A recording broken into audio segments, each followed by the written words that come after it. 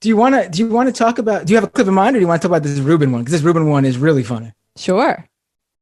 And it combines, this Dave Rubin clip isn't really a Dave Rubin clip. This Dave Rubin clip is actually a Fox and Friends clip. So we got Fox and Friends, we got Dave Rubin. You combine them together, and you are in for one hell of a ride, ladies and gentlemen. Let's play this clip now. Dave, when I was in school and taking my journalism classes, copy editing classes, we all had to buy this book. It's the AP style book. I've had this every single job I've gone on, and I have looked through it many times when you're trying to write a press release, or you're trying to write an article for a newspaper or write a script. It teaches you when to capitalize words, when not to. It teaches you when to write out a number, or when to use the numerical form. So the style book, the AP style book recently they tweeted out on Tuesday saying to use care when you're using the word riot. Opt for a milder word, maybe like unrest. They said that riot can have a negative racial connotation. And we remember a while back they said don't use illegal immigrant, use undocumented. What do you think about this recent advice? The alien. Well, I want to get this stylistically right. It's completely bananas. I mean, this is complete lunacy. I actually have the AP style book behind me here in my office as well. And I don't consider myself a journalist. I tell people what I think for a living. But this literally, and people often don't use the word literally correctly, this is literally George Orwell's 1984 newspeak, that we will change the meaning of words so that no one will ever be able to have a sensible conversation with anyone. We know what riots are. When you turn on the TV and you see some of the things I talked about earlier with Molotov cocktails and small businesses burning down and people assaulting people in their cars and blocking traffic and all of those things, those are riots. Why are they trying to change words? And they're trying to change words so that you can't calibrate. You won't be able to have a conversation with your neighbor because your language won't even be the same. And the more they can cut us off from each other, and this is by design, changing words, it starts with changing words, and next thing you know, you can't talk to other people, and you're paranoid, and the rest of it, and it's dangerous. This is really weird. These are the same people, by the way, who will tell you that violence is not violence, but somehow words are violence. It's all very confusing. Dave, by the way, when you look up riot in my book that was published in 1998, the word's not even in the book. Wow, very interesting. Well, as we all know, the word riot didn't exist until recently, so that's why it isn't in the style book.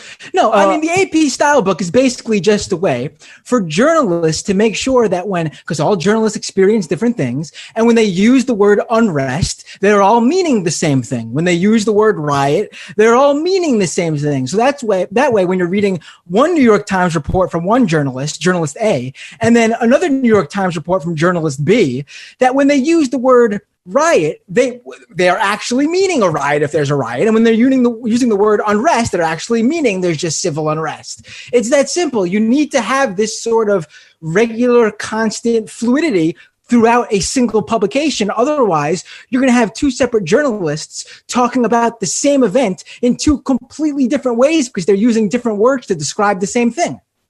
Yeah. I'm kind of two minds about this, right? Because on the one hand, it seems like kind of some ineffectual liberal nonsense to try to denude the real riots that have happened, the insurrectionary character of what was in certain moments an uprising, right? What do you call it when a bunch of pissed off people who've had enough burn down a police precinct? What do you call that? That's not a protest. That is an uprising. That's an insurrectionary act. And yeah, it could be a riot. Riots can be good. Hot take, I know. I don't want to get myself in too much trouble here, but what do you do? What are you supposed to do when you have hit the limits of the reforms that the system can create and you are still being treated like second-class citizens in your own country? What are you supposed to do?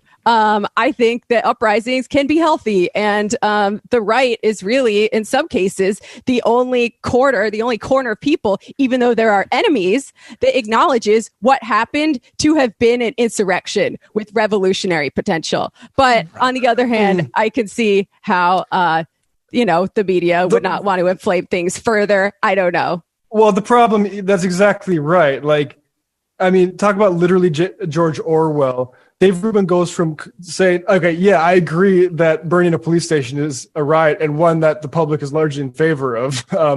But things like blocking traffic are not riots. Those are Those are a form of nonviolent protest. That is literally a George Orwellian redefinition of that. And that's what the right wants to do with this stuff, because they do want to pass all this legislation that criminalizes this stuff by calling it all rioting. So I do think the AP is justified and is right to be very specific about that. And I just want to bring up another or a bit of Orwellian, just a literal example of George Orwellian discourse is not calling ICE detention centers concentration camps only because you're worried about the historical association of that term. That's the entire reason for that entire debate. But this is not. This is frankly, the media in shaping attitudes towards these things you look at the way like Black Lives Matter support rose very quickly following all this stuff this summer, and slowly I think it's the media perception of this stuff that's been eating away at it. And I think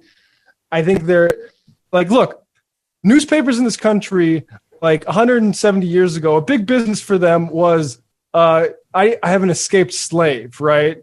And also be afraid of these populations. Like, these institutions were never equal. The process of reforming them so they aren't doing harm to certain populations is always ongoing because of fundamentally where they come from. So, I mean, I think it's good that the AP is doing that. And I think Dave Rubin should keep George Orwell's name out of his mouth.